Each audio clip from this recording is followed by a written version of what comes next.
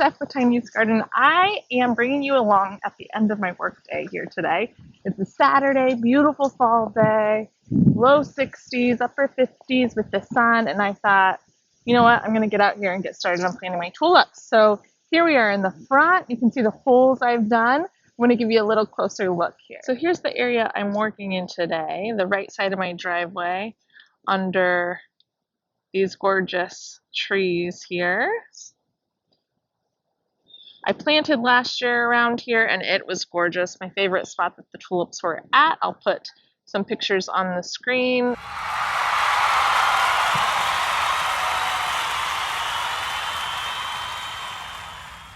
Really successful year, so I've ordered even more this year and I'm buttoning up this area. Almost done. Big job, especially for one person. My husband's taking care of our child, but we're getting there. So let's take a closer look. So in this area, I just cut out all my Stella d'Oro daylilies. You can kind of see where they were before, and I used my auger that's over there to plug holes in around this area. I've chosen to plant some, cover them up, and then plant the other rows. So you can see here, I've got about 3 rows I'm ready to cover up, just so I can kind of gauge where I've already planted, especially since it's just me.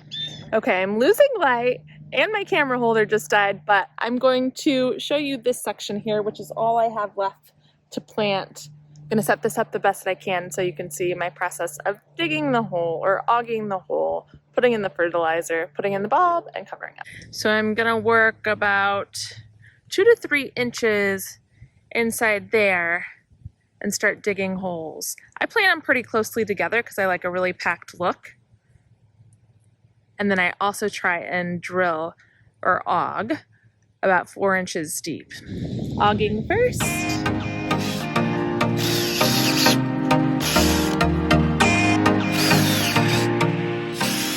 Now with the drip line that I'm using, if I hit it, it usually shows itself and no damage is done. So I just back up and readjust so that I'm not damaging it at all, and it's been no problem. Now time to put the fertilizer in. So I just come and do a small handful, drop it in each hole that's been auged. I should mention for the fertilizer that I use bulb tone for all my bulbs. Lastly, come in with your bulbs and fill those holes that have just been fertilized. So I'm gonna go root side down, pointy side up in the hole. And my soil is pretty heavy, so I dig a little bit with my finger too, just so I can create as much distance as I can for that bulb. The rule of thumb, I believe, is usually dig the hole about twice as big as your ball. And tulips generally, I think, is anywhere from 4 to 8 inches. But I think as long as I'm doing 4, I'm okay. Last year it all worked out anyways. And then I'm gonna come in and fill all those holes back over with dirt.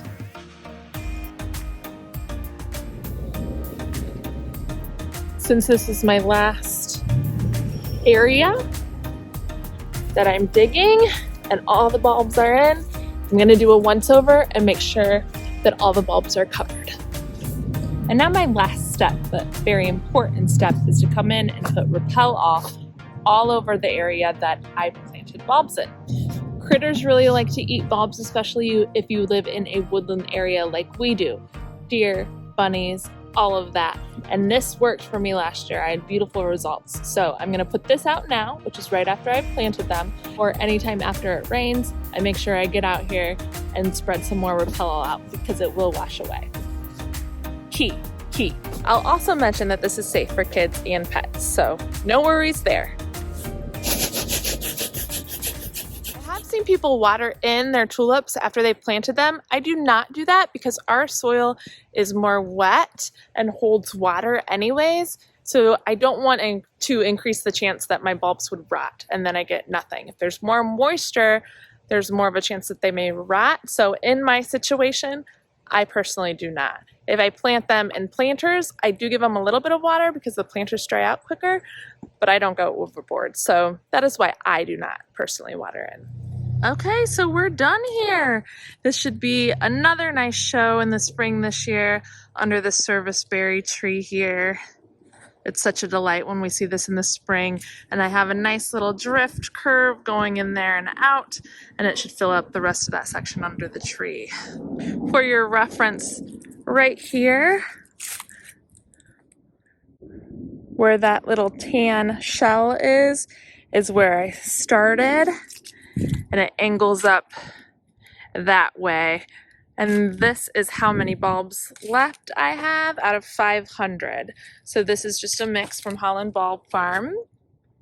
And I think there's probably about 250 left. So that section is about 250 bulbs, if I had to guess. Now across the way, I will mirror on this side with the rest of these bulbs. In this section on the other side of the driveway, we'll do a drift through there.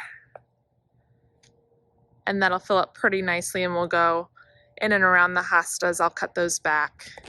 But it always looks wonderful to drive in or drive out and see that.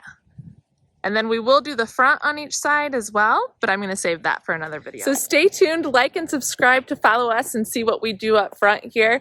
I'm excited about it this year, and we'd love to have you.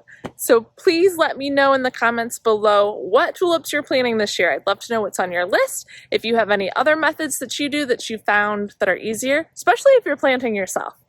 A lot of times life happens and your partner or whoever can't help you. So if you have any tips and tricks for planting tulip bulbs yourself, tulip bulbs yourself, comment below and let a sister know. Now that we're done, I will store these bulbs back in my basement in a cool, dry place so they don't mold or freeze. Some people use their garage, but basement seems to work best for me. We'll see you in the next video. Happy planting!